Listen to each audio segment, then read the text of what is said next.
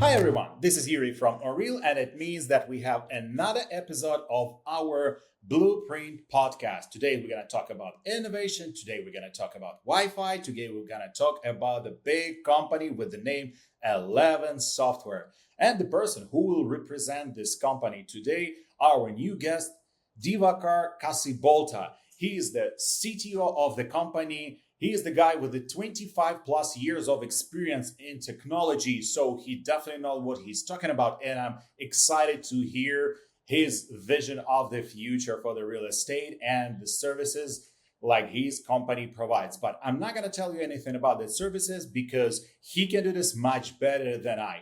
So, Diwakar, say hello to our listeners. Hi, everyone.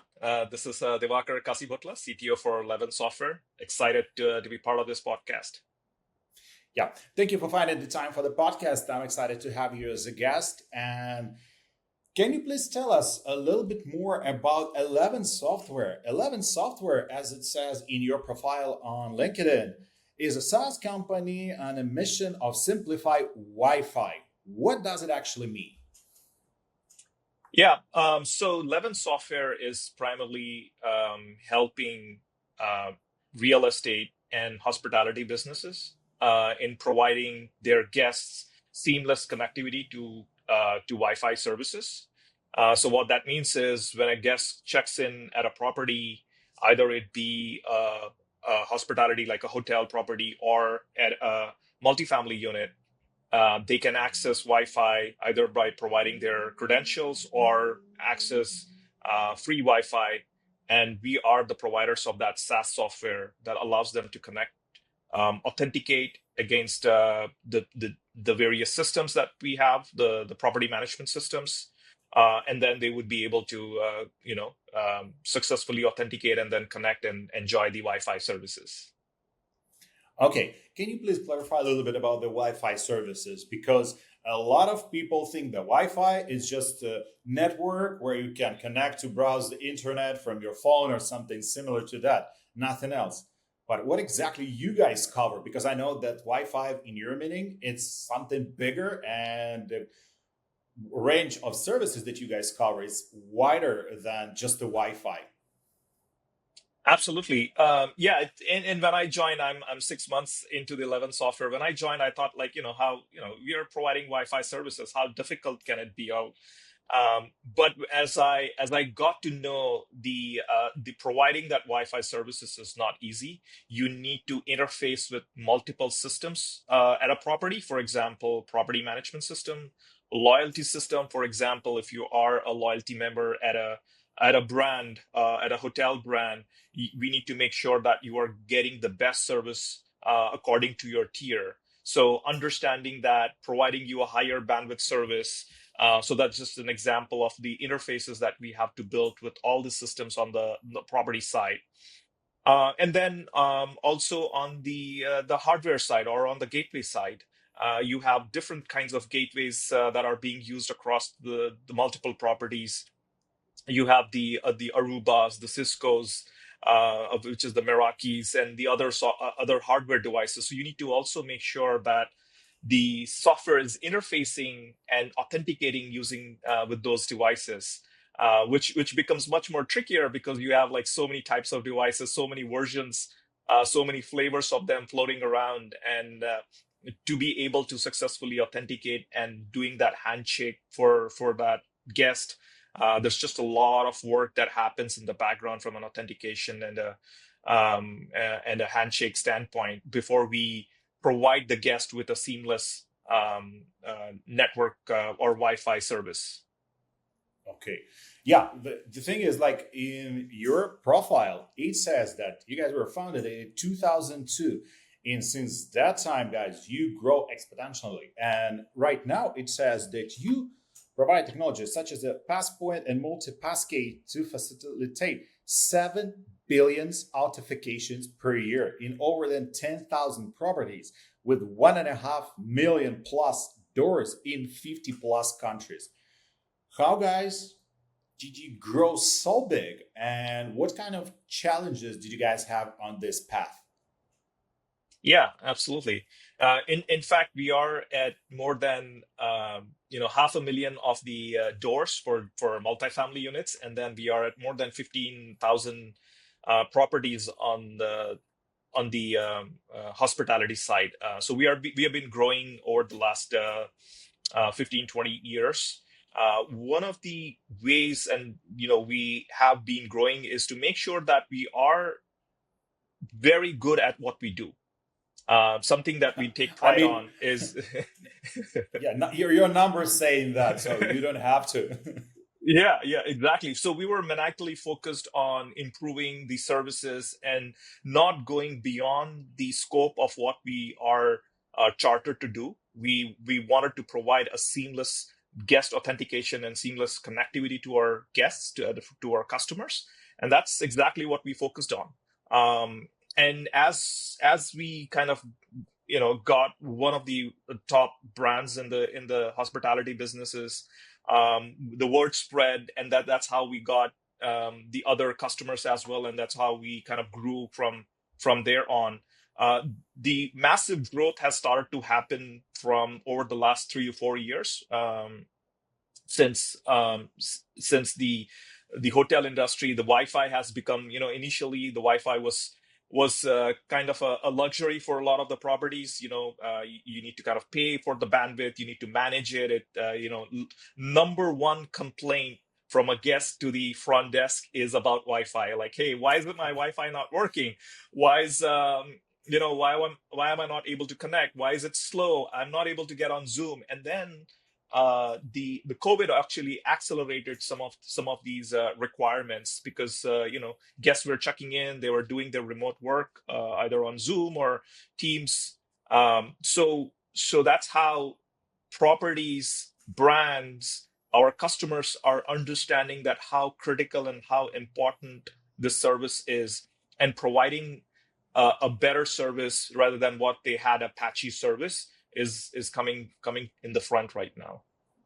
Yeah, yeah, that's definitely true. And the COVID show us that this technology is necessary nowadays.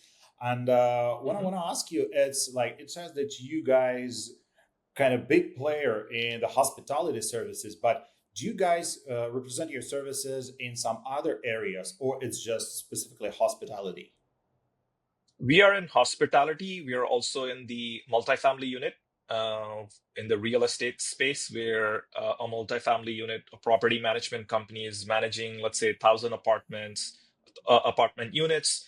Um, and as you when you go and lease an apartment, the rent, some a lot of the utilities are covered, like the electricity. You don't have to kind of go and search for which electricity provider, who's the gas service provider.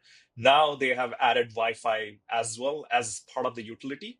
So a tenant doesn't have to kind of go and find a utility provider for what their Wi-Fi services. It's already provided by the property management company, and we come in as the software integrator between the guest and or the tenant and the property management company.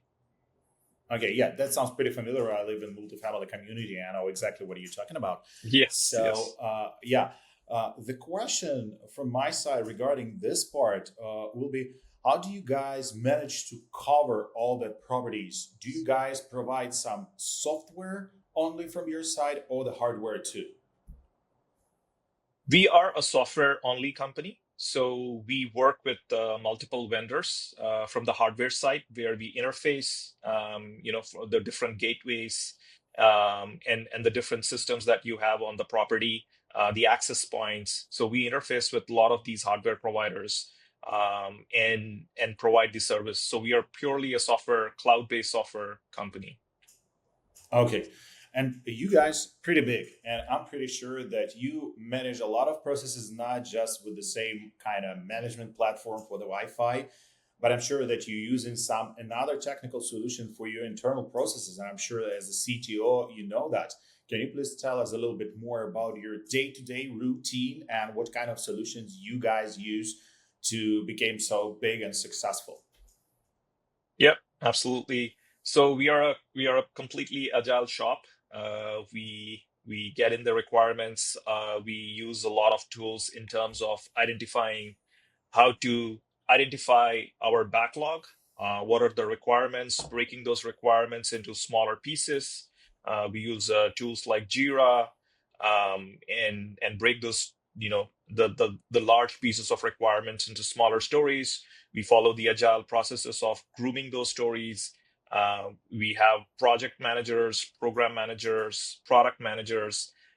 Some are external facing, that are interfacing with the customers, getting those requirements, and then we are feeding that into our backlog. So we are, as I said, we are a completely SaaS provider, and we are a multi-tenant solution. So what that means is every feature that we deliver for one customer is available for all our customers. So we constantly iterate from the requirements, and as new requirements evolve for a specific customer, we make sure that these features and value is being provided to the rest of the customers as well. Yeah. So thank you for sharing that. I'm pretty sure that as a software company, you guys understand the importance of automation nowadays. And as you already said, that most of the time, if people have some complaints at the hotel, most of the time that's about the Wi-Fi that doesn't work. And if we're talking about implementation of some technical solution, how do you think, how crucial is it nowadays? Yeah, from a technical solution standpoint, I mean, technology is right in the forefront of all the conversations that we have. Um, lot of the guests that are checking in don't understand the nuances of how the Wi-Fi should work and would work, which they shouldn't, right? They shouldn't care about all of that. As a guest, when I check in, when I enter the property, I should be able to connect with simple, either my credentials or my last name or my room number or anything like scanning a QR code. I should be connected. So as you want to avoid that friction as much as possible between the front desk and the guest, whenever they want to connect to a technology like Wi-Fi, which is very important for them. So we kind of look at from a two standpoint. One is a user experience. What is our user experience for a guest? How can we make it as seamless as possible, as frictionless as possible from a technology standpoint? And then the second part is, how do we integrate with the different systems that are there at the property? Either it be the property management system, the billing system, the loyalty system, the interfaces to the hardware. From a technology standpoint, what are the innovations happening on that? Is it a central authentication side? Are we doing a central authentication? Are we using a passpoint solution, which is another option for a guest, or whether we are using a PPK solution? So there are a lot of innovations happening on this area in terms of how do you make things much more seamless, much more easier for a guest. Yeah. Thank you for sharing. And talking about technical solutions and innovation, there is a one big player came to the market few years ago, and I'm talking about AI. Mm-hmm. Do you guys use some AI tools in your services right now? In our services, no, we don't have specific AI tools built into our services yet. But as we kind of look at the market, the opportunities where our customer are looking for an AI implementation, we are in constant conversations with our customers. We are looking at how AI can help and improve the interaction with the guest, with the property guest, or with a tenant at a multifamily unit. We're still exploring the opportunities there in the AI. One of the areas where we are also exploring is identifying the geolocation of a guest, right? Can we identify where the guest is inside the property, closer to a restaurant? Can we incentivize them the guest to kind of go and check out the restaurant, have lunch or dinner at that restaurant by providing them some discounts or vouchers, so as to kind of increase the revenue, overall revenue for the property, right? So this is where some of the AI can play a big role, and we are Okay. exploring those opportunities. Yeah. And if, let's say, you would be able to create any dream software, let's call this way, Mhm. for your company, AI based, what would it be? It will be more of an internal productivity. How can I, when a guest calls us, or when a guest or a property calls us for an issue, hey, internet is not working, Wi-Fi is not stable, how can I bring AI in troubleshooting those issues faster, Mhm. identifying those issues earlier? Can AI help me or help my L1 support team to get knowledge faster? Because we have so much of knowledge base, as you can imagine. We have a lot of properties that we serve, and then we have like almost Yeah, 7 yeah, million connections I a seen day. it. Yeah, I seen the numbers. Yes. So we have a lot of these information from different customers and call centers data. And how do I make my call center team and my support team much more knowledgeable in by introducing AI in that? Okay. Yeah, thank you for sharing. And yeah, that would make sense. So basically, we attend a lot of conferences, and where we see that a lot of people start implementing AI specifically in this, let's call this chatbot area, when the people trying to talk into some support, and people start providing some AI services to avoid this human communication. And yeah, that's one of the most popular solutions that we've been seeing lately at the conferences Hmm. and on market. Hmm. And talking about your vision of AI in general, what do you think AI is right now? Is that a add-on for technology? Is that a co-pilot, or what it is for you? I think AI is here to stay. It is a drastic change from a technology standpoint. What AI has done over the last 1 year since AI has come to the forefront is tremendous. It has not only improved the overall productivity of, as we talked about, like chatbots, smart integration for supporting the help desk personnel. There are a lot of things that are happening in that space. There are also a lot of things happening in the space of Copilot, like automatic code generation, automatic helping with the unit testing. When I'm ready to write some code that I want to start from scratch, AI is already helping me with the templates. It is, if it's a small project, it's already building some of those things for me. So if you think about AI, it's a productivity play. It is either helping you improve your overall productivity by making you faster, more accurate, and also providing you more information on the questions that you have, right? Like the chat GPT part. So AI is here to stay. I think it's already making a huge significant changes in the way that you are looking at technology, in the way that you are doing software development. And it is also not only helping in the software development, it is also kind of moving um, on the support side, on the making your support team more intelligent, faster, right? If I onboard a new someone from outside into my support team, or as a developer, they can be productive in a faster time.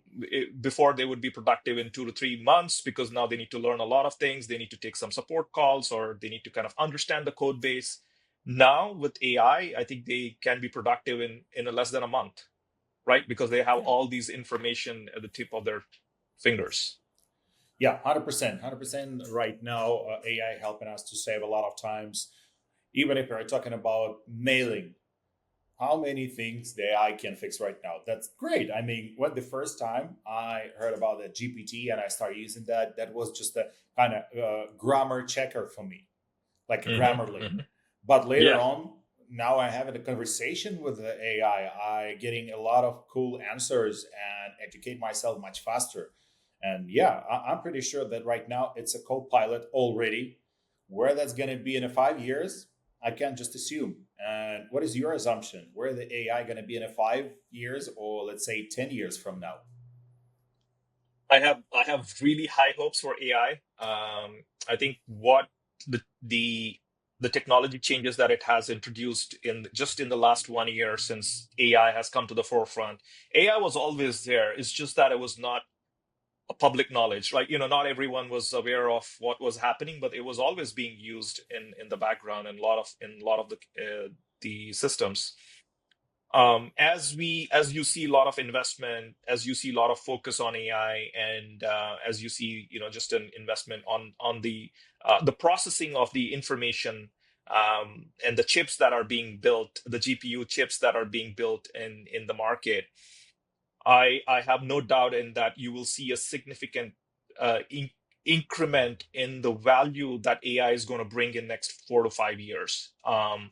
It would be closer, if not smarter than a human. It will be closer to in replacing some of the uh, daily routine tasks that someone can perform. I have no doubt that AI can automate a lot of that stuff, and then it'll be, we talk about um, creating code bases from scratch, and AI is able to kind of come to it can build the code to a certain level, and then some experienced programmer has to kind of complete that code in 2 to 3 years. I think you don't need to even have that. You just need to kind of give a prompt, build me a website that does like Amazon, and it'll build everything for you to the nth degree of accuracy. Because today you don't have that, but I have no doubt that it will do that in next 4 to 5 years. So, what's your bet? Where that's going to bring us? Is it going to bring us to some post-apocalyptic movies, kind of Terminator, or that's going to bring us to some Star Wars movies with a bright future? I see a bright future. I'm an optimist. I see a bright future. It is the time that we also upskill all of us, right? Right from a programmer to a manager to a senior CTO to a CEO. Everyone has to be aware of AI. Everyone has to use AI, and I think you will see that eventually. Right now, it's mostly on the software industry, or maybe in some of the industries where software is being used. But eventually, you will see that the industries that have not been touched by AI will also be impacted by that. So I think I see a very positive impact overall, not a post-apocalyptic scenario, but more of a Star Wars scenario. Machines will become much more smarter, faster. Um, Innovation is going to explode. Okay. Yeah, thank you for sharing that. And talking about the bright future, do you guys have some exciting plans for near future for 11 software? Yeah, absolutely. We are constantly looking at technology shifts, landscapes that is happening in this space. One of the themes that I touched on is low touch, low friction authentication for a guest. When a guest checks in to a property, they have to kind of wait for the check-in, and then once they check into a property, they have to enter, the captive portal shows up, and they have to enter their last name and the room number, and they sometimes get connected because their device, they have an older device or and stuff like that. There are just a lot of things happening. QR codes. A lot of the properties, as soon as you enter your room, you have a QR code that you can scan, and then boom, you're connected because that QR code is already authenticated with your last name and the room number.